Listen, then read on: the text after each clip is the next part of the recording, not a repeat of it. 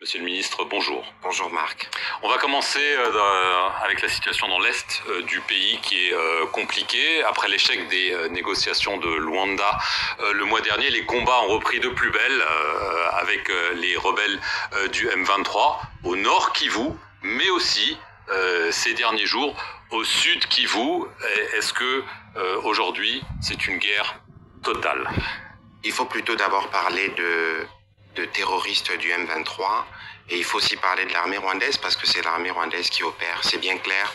Encore récemment, il y avait ces rapports du groupe d'experts des Nations Unies qui documentaient de manière claire qu'il y avait 3-4 000 hommes militaires rwandais qui opéraient et qui malheureusement ont repris de plus belle l'aventure terroriste et criminelle dans l'est de la RDC, contrairement à ce qui avait été prévu d'ailleurs, à différents engagements qui ont été pris, parce que au 15 décembre, dans le cadre du processus de Luanda, normalement tout devrait être conclu. Mais l'absence du président rwandais illustre justement sa volonté de continuer à piller l'Est de la RDC, parce que le fondement principal de cette guerre, c'est une guerre économique. Il faut mettre la main à tout prix et garder la main à tout prix sur les ressources de la RDC. Combien de soldats rwandais? Vous avez parlé de 3-4 000 dans le rapport d'experts, mais d'après vos informations, est-ce qu'il y a plus que ça? Mais d'après nos informations, il peut y avoir plus évidemment, parce qu'il y a régulièrement de rotation et qu'en réalité, les M23, comme on l'a déjà dit plusieurs fois, n'existent pas. C'est un groupe de pantins qu'on met au devant lorsque on a suffisamment avancé. Il y a des rapports qui sont connus d'ailleurs, des experts des Nations Unies qui ont eu l'occasion de l'aborder. C'est pas seulement la présence des milliers de militaires, mais c'est aussi la présence du matériel qui a encore une fois été documenté et dénoncé par les experts des Nations Unies. C'est l'occasion, en tout cas, pour les Nations Unies de tirer les conséquences face justement au sabotage du processus de Luanda assumé par le président rwandais et au regard de la processus de Luanda dans ces cas-là. Mais écoutez, le processus de Luanda, quoi qu'il en soit, c'est le processus qui a été mondialement reconnu pour être le cadre qui va...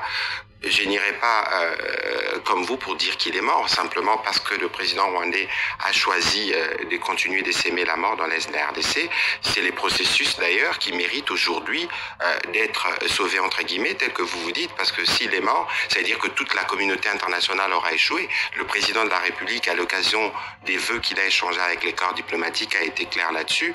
Nous saluons justement les condamnations répétitives des capitales occidentales, mais nous ne devons plus rester dans les seuil de condamnation. Il faut aller sur des sanctions plus dures parce que des noms sont connus des officiers rwandais qui opèrent et la revendication des actes terroristes posés par l'armée rwandaise et par les M23 par les officiels rwandais ne devrait pas rester sans suite. C'est aussi de cette manière qu'on peut s'assurer de prévenir encore un conflit de plus grande envergure. C'est aussi de cette manière qu'on va s'assurer qu'on fait respecter les droits internationaux.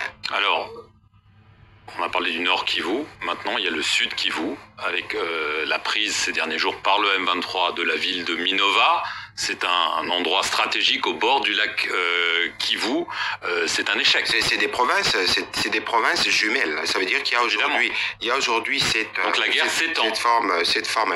Nous sommes dans une dynamique de guerre, évidemment. Nous sommes dans une dynamique de guerre où il y a une semaine, nos troupes avaient l'ascendant. Mais là, il y a eu, évidemment, nous sommes dans une dynamique de guerre où parfois vous perdez de bataille, vous gagnez. Mais l'idée ici, c'est que vous comprenez, il y a une détermination du Rwanda à étendre la zone d'influence, pensant justement pouvoir nous contraindre à négocier avec ces pantins terroristes du M23, parce qu'en réalité, lorsque nous disons que les terroristes du M23 n'existent pas, c'est le Rwanda qui agit à travers ce groupe et qui, à un moment, quel que soit le moment, leur imposera l'agenda. Dans l'hypothèse, ils doivent se retrouver en face de nous. Mais pour vous discuter. dites Quoi qu'il en soit, il y a un processus de Nairobi qui a été prévu pour régler les questions de groupes armés, y compris la question du M23. Mais l'administration sortante aux États-Unis a dit, écoutez, il faut qu'il y ait un dialogue avec le M23. Elle l'a dit par écrit. Vous dites, on ne peut pas dialoguer avec ce groupe. Mais attention, parce que j'ai eu une discussion d'ailleurs avec les équipes américaines à Kinshasa sur le sujet. Il y a un communiqué qui est sorti qui réagissait spécifiquement et qui a dit clairement tout ce que les Rwandais font avec le matériel de brouillage, notamment de son, y compris des ondes pour les appareils volants, qui paralysent les vols civils, les vols humanitaires de Nations Unies. Ces communiqués étaient dans un contexte précis. Aujourd'hui, les États-Unis qui se sont beaucoup impliqués dans le processus de Luanda, notamment avec Madame Avril Haines, qui était le chef des renseignements militaires, des renseignements aux États-Unis, avait soutenu le processus de Luanda et le processus de Nairobi. Parce que nous, on n'a jamais dit non à l'idée de régler la problématique de manière générale, parce que les groupes armés qui opèrent dans la région doivent être démobilisés. Mais ici, il y a un focus justement sur un groupe terroriste, la M23, parce qu'en réalité, c'est le groupe par lequel le Rwanda agit. Et donc, lorsque les rapports des experts des Nations Unies vous parlent de 3 à 4 000 hommes, c'est des rapports objectifs qui sont documentés parce qu'il y a un système de surveillance de tous les mouvements dans la zone. Et donc aujourd'hui, quoi qu'il advienne, le processus de Nairobi, c'est le processus qui a été prévu pour ça. Il ne faut pas oublier qu'au 15 décembre, le médiateur angolais, le président Lorenzo, avait pris la précaution d'associer le président honoraire du Kenya, Uhuru Kenyatta, parce que c'était un impératif parallèlement à la signature de l'accord qui était prévu avec le gouvernement rwandais avec lesquels nous sommes en conflit, qu'il y ait des discussions avec les groupes armés pour s'assurer que les deux pans du conflit ont été pris en charge. Et la République démocratique du Congo a prouvé sa pleine volonté de parvenir à la paix, mais c'est qui n'est pas fait de l'autre côté. C'est important que la communauté internationale tire dès à présent les conséquences de manière plus forte et plus ferme. Mais est-ce qu'une rencontre entre le président Tshisekedi et le président Kagame est possible? Je vais juste quand même dire ce que le président Kagame a déclaré devant les diplomates étrangers à propos de Félix Tshisekedi. Je sais reconnaître les leaders quand je les vois, je sais aussi reconnaître les idiots. Vous pouvez imaginer la combinaison des deux, le désastre que cela produit. Écoutez, le président Kagame qui, ces derniers jours, n'a plus des caractères taiseux, a besoin de s'exprimer, il est fait maladroitement. Parce que non seulement qu'il a manqué d'égard au président angolais, qui était bien mobilisé dans le cadre de ce processus, mais sa sortie médiatique, c'est illustratif justement de son état d'esprit qui est pleinement dans la bassesse, parce que lorsqu'on commence à verser dans l'insulte à ces niveaux de responsabilité, c'est illustratif justement du caractère, passez-moi l'expression, un peu mégalo qui le caractérise. Mais je pense que tout ça doit être arrêté, y compris par la communauté internationale, parce que c'est cette attitude des nervosités qui pousse à ce qu'il y ait plus de massacres, parce que lorsque vous parlez, par exemple, de la prise des Minova, c'est que vous ne voyez pas, c'est qu'on ne vous dit pas, c'est qu'il y a des massacres systématiques qui sont opérés sur le jeune volontaire de défense de la patrie qu'on appelle Wazalendo. Donc c'est de manière systématique. Il y a encore des rapports qui nous sont parvenus, en tout cas par des observateurs qui sont localement, qui nous ont parlé des 70 à 90 jeunes, parce que c'est systématique, parce qu'il faut s'assurer que lorsque on fait une prise comme celle-là, on s'assure qu'on étouffe et on fait de parades de manipulation. Vous savez que, par exemple, dans cette guerre, le Rwanda a démontré de plus en plus que c'est véritablement l'empire et l'industrie du mensonge qui, de manière régulière, pompe à peu près 1000 tweets par jour, ce que moi j'appelle depuis quelques jours le poison rwandais, la manipulation, la désinformation, le mensonge qui est revendiqué au plus haut niveau du pouvoir. Mais militairement, c'est eux qui avancent.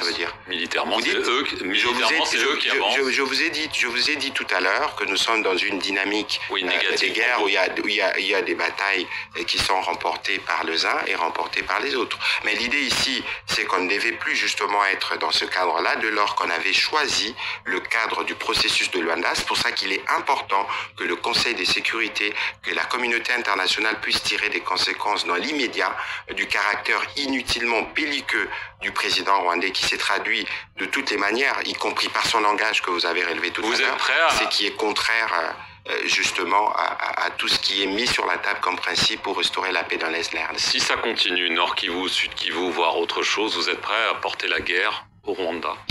Écoutez, de toute évidence, toutes les hypothèses pour nous sont à table. Mais la première hypothèse, c'est de nous assurer d'abord que nous assurons la défense et l'intégrité de notre territoire, que nous protégeons nos populations, et que vous savez, l'option de la guerre est une option qui est envisagée. Nous y sommes déjà d'ailleurs. Peut-être qu'il faut éviter d'aller dans des conflits de plus grande ampleur parce que ni les peuples rwandais, ni le peuple congolais ne mérite la guerre, il mérite d'échanger. C'est pourquoi l'attitude du président rwandais, je pense que si les peuples rwandais devaient avoir droit à la parole, je ne suis pas sûr qu'il sera encore à la tête de ce pays. Très rapidement, parce qu'on n'a plus beaucoup de temps, l'opposition au Congo pense que Félix Tshisekedi a décidé de changer la constitution pour pouvoir se représenter à un troisième mandat Mais où est-ce qu'il a dit? Le président de la République a été élu. Le président de la République, il y avait des soupçons de ce type avant les élections de l'année dernière, mais vous avez vu que rien de cela ne s'est produit.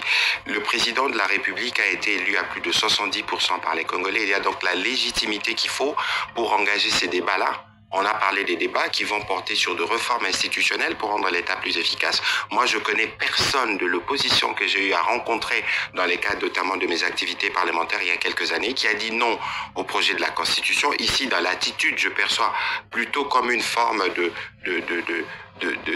rancune ou de problème personnel avec le président de la République parce que les débats sur la Constitution est un débat voulu par les Congolais. Nous devons régler le problème notamment de nos binationaux qui sont nombreux dans les mondes, qui veulent contribuer justement aux efforts de développement du pays. C'est pas la seule question. Nous sommes par exemple République démocratique du Congo, membre de plusieurs regroupements régionaux en Afrique où la langue anglaise est la langue qui est privilégiée. J'adore le français, mais pourquoi on n'aurait pas par exemple, une seconde langue officielle qui serait l'anglais et des langues nationales. Non, mais dès lors que le président a dit que nous mettrons en place une commission pluridisciplinaire qui comprendra plusieurs personnalités pour réfléchir ici, cher Marc, j'insiste sur les mots, nous réfléchir et nous dire, voilà, qu'est-ce qu'il nous faudrait réajuster dans notre Constitution. Ça se fera dans un cadre ouvert où tous les acteurs auront la possibilité de donner leurs opinions. Sans remettre les compteurs des mandats présidentiels à zéro. Il faut pas aller dans ces débats, j'allais dire inutilement suspicieux dans ces contextes, parce que l'idée principale pour le président de la République, c'est de rendre l'État plus efficace. C'est de rendre l'État plus efficace, capable de donner des réponses rapides aux préoccupations de Congolais. Et je ne pense pas qu'un seul leader futile de l'opposition peut s'opposer à ce qu'on renforce le moyen et l'efficacité de l'État pour régler les problèmes des Congolais. Patrick Muyaya, merci beaucoup d'être venu sur le plateau de France 24. Et merci à vous d'avoir suivi cette émission sur nos antennes.